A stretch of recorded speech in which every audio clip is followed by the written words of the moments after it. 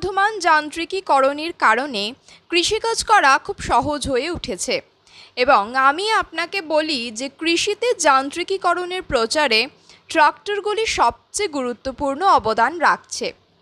ফসল কাটা থেকে শুরু করে গুদামে পণ্য সরবরাহ করা পর্যন্ত।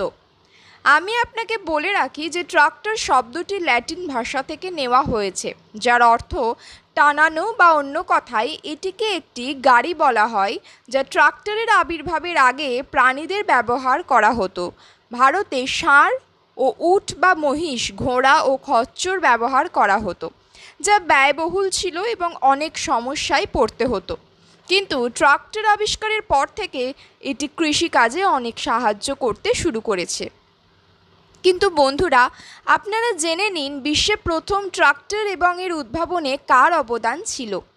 তাহলে ট্রাক্টর আবিষ্কারের ইতিহাস সম্পর্কে বিস্তারিত জানতে আমাদের সাথে থাকুন, টেকনোলজিকে জানার এবং বোঝার চেষ্টা করি।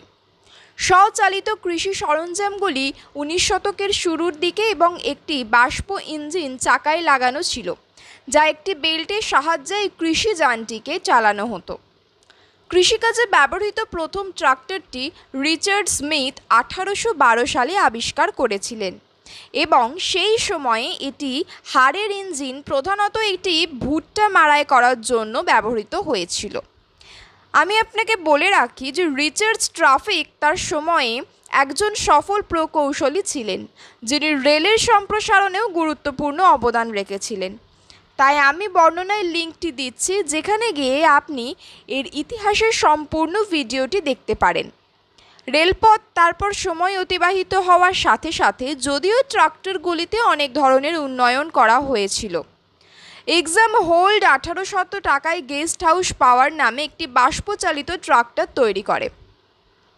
1904 সালে প্রযুক্তিগত উন্নতি ও উন্নয়নের ফলে এই ধরনের ট্রাক্টর প্রতি ঘন্টায় প্রায় 2-3 মাইল বেগে চলতে এবং পেট্রোলে চলতে শুরু করে। আমি আপনাকে বলি যে ইঞ্জিন অনেক ধরনের যানবাহন তৈরিতে সফলভাবে উদ্ভাবিত হয়েছিল, কিন্তু সময়ের সাথে সাথে পেট্রোল এবং ডিজেল ইঞ্জিন আবিষ্কার হয়। পরে অনেক প্রকৌশলী বিভিন্ন উপায়ে ধনী ব্যবসায়ী হয়ে ওঠে, যাতে তারা ভালো মুনাফা অর্জন করতে পারে। 1965 সাল পর্যন্ত ট্রাক্টরের বিকাশ অব্যাহত ছিল এবং সময়ের সাথে সাথে ভারতে ট্রাক্টরগুলির ইতিহাসে আধুনিকীকরণের সাথে আসছে। স্বাধীনতার আগে এবং স্বাধীনতার কিছুদিন পর্যন্ত ভারতে ট্রাক্টরগুলি বড় রাজপরিবার এবং জায়গিরদারদের মধ্যে সীমাবদ্ধ ছিল। তবে ভারতে সবুজ বিপ্লবের কারণে বিদেশি ট্রাক্টর কোম্পানিকে আরও সুযোগ দেওয়া হয়, যার কারণে 50 এবং 60-এর দশকে ভারতে ট্রাক্টর উৎপাদন দ্রুত বৃদ্ধি পেতে শুরু করে, যার পরে 80 এবং 1990-এর দশকের শেষের দিকে ভারতে ট্রাক্টর শিল্পে বড় পরিবর্তন আসে।